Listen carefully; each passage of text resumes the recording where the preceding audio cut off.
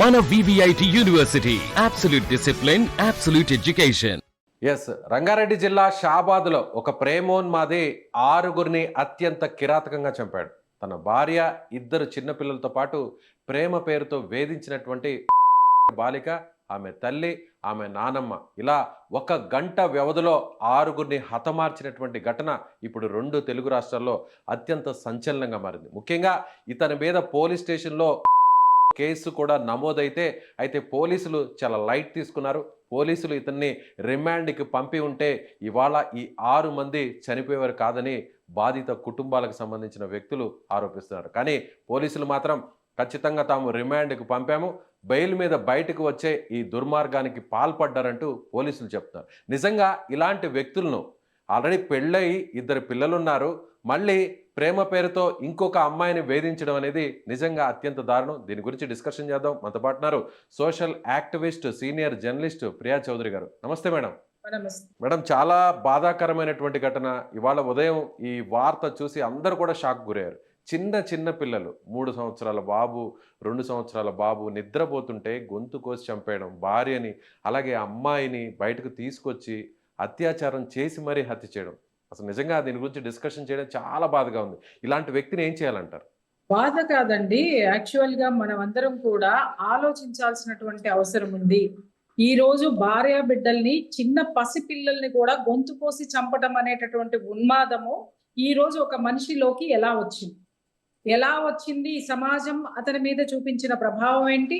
కుటుంబ పరిస్థితులు ఏంటి? మన యొక్క ఎడ్యుకేషన్ సిస్టమ్ ఏంటి? ఫస్ట్ ఇవి మాట్లాడండి. దయచేసి వ్యక్తుల గురించి మాట్లాడకండి. ఒక వ్యక్తిని తయారు చేస్తున్నది సమాజం, ఒక వ్యక్తిని తయారు చేస్తున్నది విద్యా వ్యవస్థ, ఒక వ్యక్తిని తయారు చేస్తున్నటువంటిది న్యాయస్థానాలు, చట్టాలు. ఇది మాత్రం స్పష్టంగా చెప్తాను నేను. ఈ రోజు మనకు కొన్ని న్యాయస్థానాల్లో తీర్పులు చూస్తుంటే మాకే నోరు పెగలటం లేదు. ఇవన్నీ మాట్లాడాల్సిన అవసరం ఉందా అనిపిస్తుంది. ఇంకొక విషయం చూస్తే విద్యా వ్యవస్థలో ఎక్కడైనా సరే మోరల్ సైన్స్ ఉందా అండి? మోరల్ సైన్స్ చొప్పించాల్సినటువంటి అవసరం ఈ రోజు విద్యా వ్యవస్థలో ఉంది. అలాగే సోషల్ రెస్పెక్ట్ అసలు ఎవరికైనా నేర్పిస్తున్నామా మనము?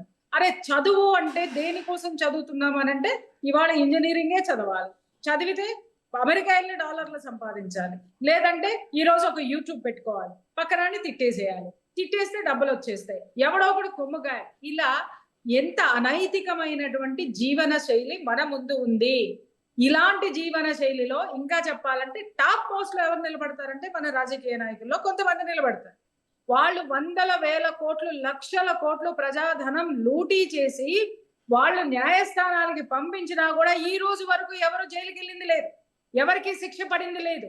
తర్వాత ఎవడైనా సరే ఇవాళ యూట్యూబ్లు తీసుకోండి, సోషల్ మీడియా తీసుకోండి, ప్రతి ఒక్క వెధవ అసలు సెలబ్రిటీ అనడానికి అసలు అర్థం లేకుండా చేసి అవతల పడేశారు. ఎవడు ఏ దరిద్రమైన పని చేసినా తీసుకొచ్చి స్టూడియోలో కూర్చోబెట్టి వాడిని ఒక హీరోనో ఆమెను ఒక హీరోయిన్ గానో పోర్ట్రైట్ చేసి, ఎందుకు పోర్ట్రైట్ చేస్తున్నారంటే వాళ్ళకి లక్షల్లో సబ్స్క్రైబర్స్ ఉన్నారు కాబట్టి వాళ్ళందరూ చూస్తే ఈ వీడియో వెళ్తుంది. ఇలాంటి అనైతికమైనటువంటి ఆలోచనలు ఇవాళ మనం ఒక వ్యక్తి గురించి మాట్లాడొద్దండి. మీడియా మొత్తం నేర్చుకోవాల్సినటువంటి అంశం వ్యవస్థలు ఎలా పనిచేస్తున్నాయి. వ్యవస్థల నుంచి పుట్టుకొచ్చిన వాడే ఇప్పుడు ఈ హంతకుడు. సమాజం యొక్క నైరాశ్యంతో, వ్యక్తుల యొక్క నైరాశ్యంతో, అలాగే వ్యవస్థలు భ్రష్టు పట్టిపోయి ఉన్నాయి. ఆ భ్రష్టు పట్టిపోయినటువంటి వ్యవస్థల నుంచి పుట్టినటువంటి వాళ్లే ఇలాంటి వాళ్ళందరూ. ఇవాళ మనం చూస్తున్నాం, ఎవరెవరిని టీవీలో కూర్చోబెట్టి ఇంటర్వ్యూలు చేస్తారండి. పెళ్లిళ్ళు అవో ఏమవో లివింగ్ టుగెదర్ అనగానే తీసుకొచ్చి వాళ్ళని ఒక పెద్ద సెలబ్రిటీ లాగా కూర్చోబెట్టి మీరు పోర్ట్రేట్ చేస్తున్నారు. ఇప్పుడు చెప్పండి, మీరు అలా మనందరం ఇలాంటివన్నీ ఎంకరేజ్ చేయడం వల్ల ఎవరికైనా వివాహ వ్యవస్థ మీద నమ్మకం ఉంటుందా అండి? లివింగ్ టుగెదర్ అన్న వాళ్ళని భార్యాభర్తలని చెప్పి టీవీ స్టూడియోలోకి తీసుకొచ్చి లవ్ సింబల్స్ ఇచ్చి ప్రేమ పాఠాలు పాడించి వాళ్ళని ఒక గొప్ప ఐడియల్ కపుల్ గా మీరు నిలబెట్టి ఏవైతే సంబంధాలు అయితే ఏదైతే ఉన్నాయో సుప్రీంకోర్టు మాకు ఇచ్చింది కాబట్టి మేము ఉన్నామన్నాం. సుప్రీంకోర్టు తీర్పులు సమాజంలో ఎంతవరకు అమలు అవుతాయి? సమాజానికి కొన్ని నైతిక విలువలు ఉన్నాయి.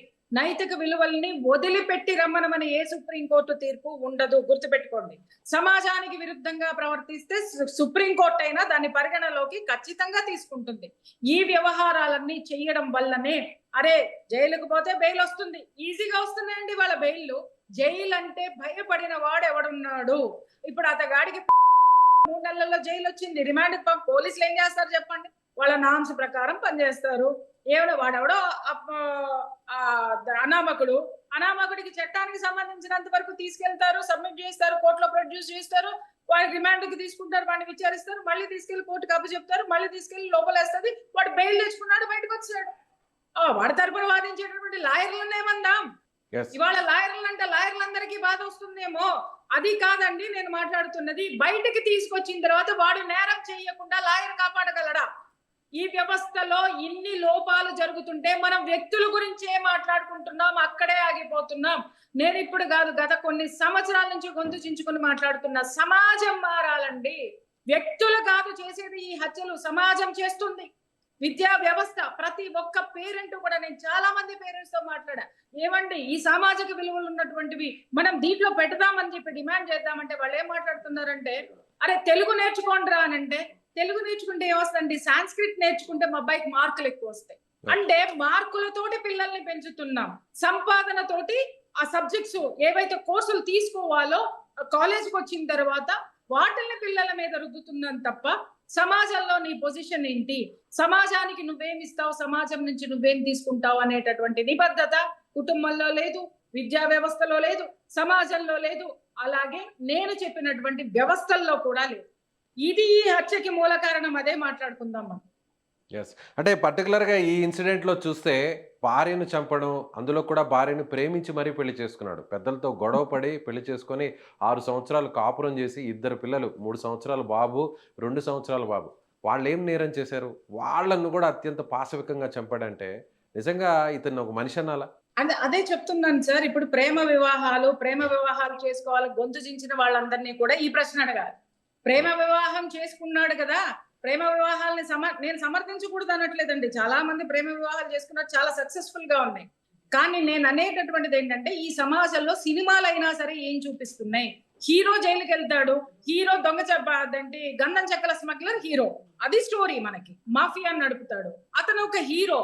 ఆ హీరోయిజం మనం దేనికి అంటగడుతున్నాం? నేరస్తులు ఎవరైతే ఉన్నారో వాళ్ళని హీరోలుగా సినిమాలు చూపిస్తున్నప్పుడు ఈ సమాజంలో ఎవరైనా సరే దాన్ని తీసుకుంటారు తప్ప వేరే దాన్ని తీసుకోరు. మీరన్నారు చిన్న పిల్లల్ని ఎలా చంపారండి అనే కదా మీరు మాట్లాడుతున్నారు. అరే అతనిలో ఆ భావోద్వేగాలు నింపినటువంటి క్షణాలు ఏవి? ఇందాకటి నుంచి నేను అదే మాట్లాడుతున్నా. ఒక గుడికి వెళ్ళమని మనం ఎవరైనా చెప్తున్నా, గుడికో ప్రార్థనా స్థలానికో ఎక్కడికి వెళ్ళినా అక్కడ ఏం చెప్తున్నాం? కుటుంబ వ్యవస్థ గొప్పదని చెప్తున్నావా? చెప్పట్లేదు. అరే భార్య బిడ్డల్ని జాగ్రత్తగా చూసుకోవాలి, అదే నీ ధర్మం అని ఎవరైనా చెప్తున్నారా? చాలా కొద్దిమంది ఉన్నారు. ఎక్కడైనా సరే పదే ఉగ్గుపాల నుంచి చివరి వరకు కూడా ఇదివరకు సమాజం ఒక మనిషిని గమనించేది. ప్రతి ఒక్కళ్ళు హెచ్చరిస్తూ వచ్చేవాళ్ళు. భార్యాభర్తల్ని సరిగ్గా చూడకపోయినా ఊరు మొత్తం పట్టించుకునేది. ఆ వాడలో ఉన్న వాళ్ళు పట్టించుకునేవాళ్ళు, ఆ బంధువుల్లో ఉన్న వాళ్ళు పట్టించుకునేవాళ్ళు. ఈ రోజు ఎవరికి వాడు మైక్రో ఫ్యామిలీ అయిపోవడం వల్ల వాడి లోపల ఉన్నటువంటి ఆ ప్రేమ అనేటటువంటిది చచ్చిపోయింది. వాడి ముందున్నటువంటి లక్ష్యాలు రెండే. ఈ రోజు సంపాదించాం, తాగుదాం ఎంజాయ్ చేద్దాం. ఇవాళ యూట్యూబ్ వీడియోలు కొన్ని చూస్తున్నారండి, సోషల్ ఇన్స్టాలో తాగుతూ వీడియోలు పెడుతున్నారు. అసలు వీటికి చట్టబద్ధత ఉందా? ఒక్క మాట నేను అడుగుతున్నా. మందు కొడుతూ వీడియోలు పెడుతున్నారు, అమ్మాయిలతో అసభ్యకరంగా. నిన్న మొన్న చూసి ఒక ఇన్స్టాగ్రామ్ లో 2 ఇన్స్టాగ్రామ్ ఇన్ఫ్లుయెన్సర్లు పెళ్లి చేసుకుంటే గుడిలోనే ముద్దులు పెడుతున్నారు. అసభ్యకరంగా ఈ వాతావరణం సోషల్ మాధ్యమాల్లో ఇవన్నీ చూసిన వాడి మెంటాలిటీ ఎలా ఉంటుంది? జీవితం అంటే ఎంజాయ్ చేయడానికి ఉంటుంది. అరే ఏముందిరా భయ్, ఏదైనా అసలు మనం వాళ్ళకి భయం ఎక్కడ క్రియేట్ చేయాలి? జైలుకి వెళ్ళిన వాడి గతేంటో మనం ఏ రోజైనా ఒక్క వీడియో చేశామా? గుండెల మీద చేసుకొని చెప్పండి. ఇంటి దగ్గర ఉన్నటువంటి వాళ్ళ పిల్లలు ఎంత దయనీయమైన జీవితం గడుపుతున్నారో, తల్లిదండ్రులు ఏ సమాజం నుంచి ఎలాంటివి ఫేస్ చేస్తున్నారో చూపించామా? నిన్నగాక మొన్న బకెట్ భార్గవ అంశం తీసుకోండి. ఆ పిల్లాడు చేసినటువంటి తప్పుకి అంటే తల్లి కూడా మందలించలేదు ఒకప్పుడు. నేను ఇక్కడ చనిపోయిన వాళ్ళని తప్పు పట్టేటటువంటి విషయం కాదు, కానీ విశ్లేషణ జరగాలి. ఆ తల్లి కూడా అతగాడు వీడియోలు చేస్తున్నాడు, ఆడపిల్లలతో చేస్తున్నాడు, ఆమెకు అవగాహన లేదు, సోషల్ మీడియా పట్ల అవగాహన లేదు అని ఆవిడ చెప్పలేదు. అలాగే చేసే వీడియోలన్నీ లవర్స్ తోటి, లవ్ తోటి, తర్వాత దాన్ని ఏమంటారు మిస్అండర్స్టాండింగ్స్ తోటి ఇవే ఉన్నాయి వీడియోస్. ఆ పిల్లాడు చివరికి ఎక్కడికి వెళ్ళాడండి? ఇదే చివరికి తల్లిని దహనం చేయడానికి ఆ పిల్లాడు వచ్చిన తర్వాత నా వెనక ఎవరు లేరు, నా తల్లి, ఆమె నిజంగా ఆ పిల్లవాడి పట్ల ఉన్నటువంటి దీంతో ఆవిడ చనిపోయారు. చనిపోయినటువంటి తల్లిని చూసినటువంటి బకెట్ భార్గవ్ స్టోరీ ఎంత మంది సీరియల్ గా వేశారు నాకు చెప్పండి. ఇవి చూపించాలి. ఇవి చూపించిన రోజున వాడిలో ఒక భయం వస్తుంది. అరే నా బ్రతికింతే కదా, నా తల్లి జీవితం కూడా ఇంతే కదా, నేను ఏదన్నా తప్పు చేస్తే నా భార్య బిడ్డల జీవితాలు కూడా ఇంతే కదా, నేను వాళ్ళ నుంచి సమాజం నన్ను ఊరుకోదు, సమాజం నన్ను తిరగనివ్వదు.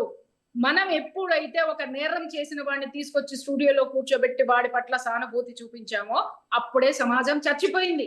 ప్రియా చౌదరి గారు, మేడం ఇక్కడ ఈ ఇన్సిడెంట్ లో అమ్మాయిని అంటే ప్రేమ పేరుతో అమ్మాయి వెంటబడ్డాడు, అమ్మాయి కాలేజీకి వెళ్తుంటే వెంట తిరిగాడు, ఒకానొక టైంలో అమ్మాయి మీద అఘాయిత్యం చేయబడ్డాడు, వాళ్ళ తల్లి కూడా అడ్డుకోవడం జరిగింది, చివరికి ఆమె కాలేజీని కూడా మాన్పించేస్తే పరీక్షల వరకే రాయించారు.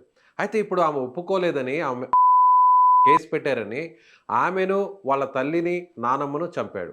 ఓకే, అంతటితో ఆగకుండా భార్య తగువ పెట్టుకుంటుంది, భార్య పదే పదే ఈ ఇష్యూ మీద గొడవ పడుతుందని భార్యను పిల్లలను కూడా అడ్డు తొలగించుకోవడానికి వాళ్ళను కూడా అత్యంత కిరాతకంగా చంపేశాడు. అంటే జనరల్ ఇలాంటి ఇన్సిడెంట్ ఇప్పటి వరకు మనం చూడలేదు. మీరు చూడలేదేమో, మేము చాలా చూసామండి, మేము చాలా చూసాం. అందుకనే కదా ఇప్పుడు కాదు, గత 9 సంవత్సరాల నుంచి కుటుంబ బంధాలని మొత్తుకున్న మొట్టమొదటి వ్యక్తిని నేను మీడియాలో. కుటుంబాలు సఖ్యతగా ఉండాలి, అత్తమామలు సఖ్యతగా ఉండాలి, భార్యాభర్తలు సఖ్యతగా ఉండాలి, పిల్లలతోటి బాగుండాలి, పిల్లలు తల్లిదండ్రులతో బాగుండాలి. ఎన్ని సంవత్సరాల నుంచి నేను మొత్తుకుంటున్నానండి. నన్ను తిట్టుకున్న వాళ్ళు ఉన్నారు, నన్ను తిట్టిన వాళ్ళు ఉన్నారు, నన్ను ట్రోల్ చేసిన వాళ్ళు ఉన్నారు. ఇవాళ మాట్లాడండి, ఇవాళ ఇతగాడు అంత ప్రేమించాడు. ఆ రోజు ప్రేమ ఉందా కామ ఉందా అని అనుకుందామా మనం ఆ రోజు? మరి పెళ్లి చేసుకున్నాడు, పెళ్లి చేసుకున్న తర్వాత ఇప్పుడు మీరే మాట్లాడుతున్నారు. నేను ఇందాకే ఈ సంఘటన గురించి చెప్పాను, భార్య తరచూ గొడవ పడుతుందని. ఎందుకు గొడవ పడదండి? రేపొద్దున ఇతగాడు ఇదే దుర్మార్గం చేస్తున్నప్పుడు ఏ ఆడది ఏ భార్య భర్తను అడగకూడదా? అడగదా? ఆ అవమానాలు సమాజం నుంచి ఆవిడే కదా ఫేస్ చేయాలి. రేపొద్దున పిల్లల మీద ఏ ముద్ర వేస్తుంది? ఈ పిల్లవాడు ఏ స్కూల్కి వెళ్ళినా కూడా స్కూల్లో ఉన్నటువంటి పిల్లల్ని ఏం మాట్లాడతారు? మీ నాన్న ఫలానా నేరం చేసి జైలుకి వెళ్ళాడు కదా అని అపహాస్యం పాలవుతారు. ఆ అవమానాలన్నింటినీ ఆవిడ తట్టుకోలేక భర్తని ప్రశ్నించిందని చెప్పేసి భార్యనే అతను చంపడం అనేటటువంటిది, అసలు అతని మనస్తత్వం ఏమిటి అనేటటువంటిది భార్య కూడా కనిపెట్టలేనటువంటి అంశం అంటే లేదండి. భార్య ఎప్పుడు కూడా ఒక్కసారి ఆడది తాళి పడగానే, మెడలో పడగానే మార్చుకుందామనే చివరి వరకు వెయిట్ చేస్తుంది. కానీ ఆ దుర్మార్గం పెట్టరేగిన రోజున ఆమెలో కూడా సహనం చచ్చిపోతుంది. ఖచ్చితంగా ఇది సమాజం మొత్తానికి అతను తన తప్పును చూపించినప్పుడు ప్రశ్నించింది.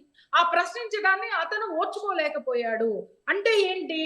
మొత్తం ఇదంతా కూడా సమాజం నుంచి ఎదిరించరా, ఎక్కువ మాట్లాడరా, దవడ పగలగొట్రా, అరే ఉరే తురే, నినగాక మనం చూసాం ఎలాంటి మాటలు మాట్లాడితే రాజద్రోహం కేసు నమోదైందో.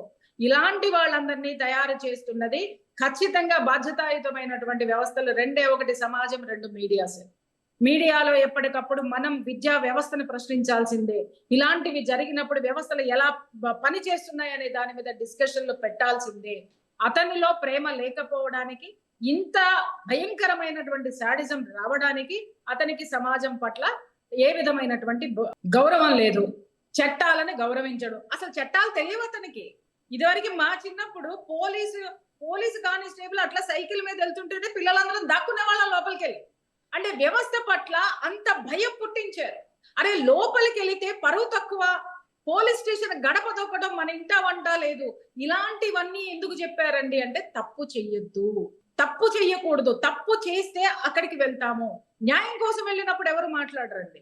తప్పు చెయ్యొద్దు అనేటటువంటి దాన్ని చిన్నప్పటి నుంచి పెద్దవాళ్ళు నేర్పుకొని వచ్చారు. ఇవాళ అతనిలో ఎలాంటి విషయాలు ప్రేరేపితమై మరి ఆ అమ్మాయి పట్ల ప్రేమించమని ఎమ్మడబడ్డాం, ఆ పిల్ల ఒప్పుకోలేదు అని అంటే ఇక్కడ కూడా మీరు చూడండి, చివరికి పేరెంట్స్ ఆ పిల్ల చదువు మానిపించి ఇంట్లో కూర్చోబెట్టాలా? ఇదా ఈ రోజు ఆడపిల్ల పరిస్థితి సమాజంలో? ఏం చేస్తున్నాం మనం అందరం? ఇంత పెద్ద టైటిల్స్, ఇంత పెద్ద పెద్ద సంస్థలు పెట్టుకుని కూర్చున్న వాళ్ళము. ఒక ఆడపిల్ల వెంట ఒక పెళ్ళైన మగవాడు పడితే ఒప్పుకోలేకపోతే ఆ అమ్మాయి మీద అఘాయిత్యం చేసి ఇంట్లో దాచారు అని అంటే వ్యవస్థ ఫెయిల్యూర్ కదా? పోలీసు వ్యవస్థ న్యాయం చేయలేదు వాళ్ళకి. అందుకే ఆ పిల్లని భయపడి, అంటే పోలీసుల దగ్గరికి వెళ్ళినా కూడా మాకు న్యాయం జరగదు, మా పిల్లని ఇంట్లోనే పెట్టుకుందామని చెప్పేసి వాళ్ళు ఇంట్లో పెట్టుకున్నారు.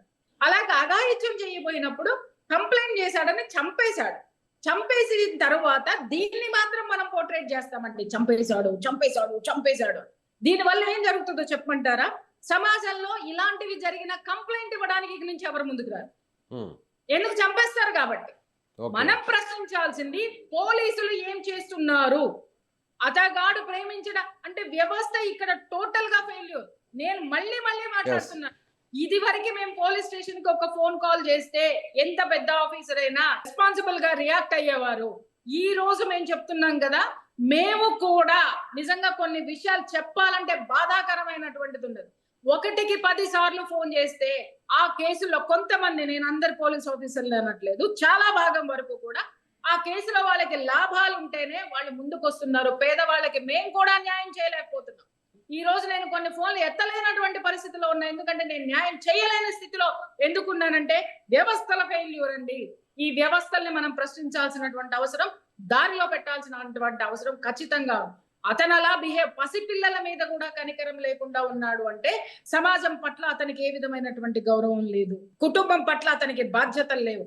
అలా పెంచినటువంటి కుటుంబానిదా, తయారు చేసిన సమాజానిదా, లేకపోతే ఇలా భయం కూడా లేకుండా పనిచేస్తున్నటువంటి చట్టాలు. Right madam, thank you madam, thank you so much madam. So ఇది social activist, senior journalist Priya Chaudhary గారు చెప్తున్నటువంటి ఆవేదన. ముఖ్యంగా వ్యవస్థలో మార్పు రానంత వరకు, చట్టాల్లో మార్పు వచ్చినా కూడా వ్యవస్థలో మార్పు రావాలి. అలాగే పెరుగుతున్నటువంటి సమాజంలో ఉన్న జీవన విధానంలో మార్పు వచ్చినప్పుడే, అందరూ కూడా బాధ్యతాయుతంగా వ్యవహరించినప్పుడే మళ్ళీ ఇలాంటి దారుణ ఘటనలు రిపీట్ కావు. ముఖ్యంగా పోలీసుల నిర్లక్ష్యం కూడా ఇందుకు ఒక కారణంగా భావించాలి. అదేవిధంగా తల్లిదండ్రులు కావచ్చు, అలాగే సమాజంలో ఉన్నటువంటి ఇతరులు కూడా బాధ్యతగా వ్యవహరించినప్పుడే సో ఇలాంటి క్రైమ్స్, సెన్సేషన్స్ జరగవని ఆమె అంటున్నారు. సో ప్రియా చౌదరి గారి అభిప్రాయాన్ని మీరు కూడా ఏకీభవిస్తున్నారా? అయితే మీ కామెంట్ను తెలియచేయండి.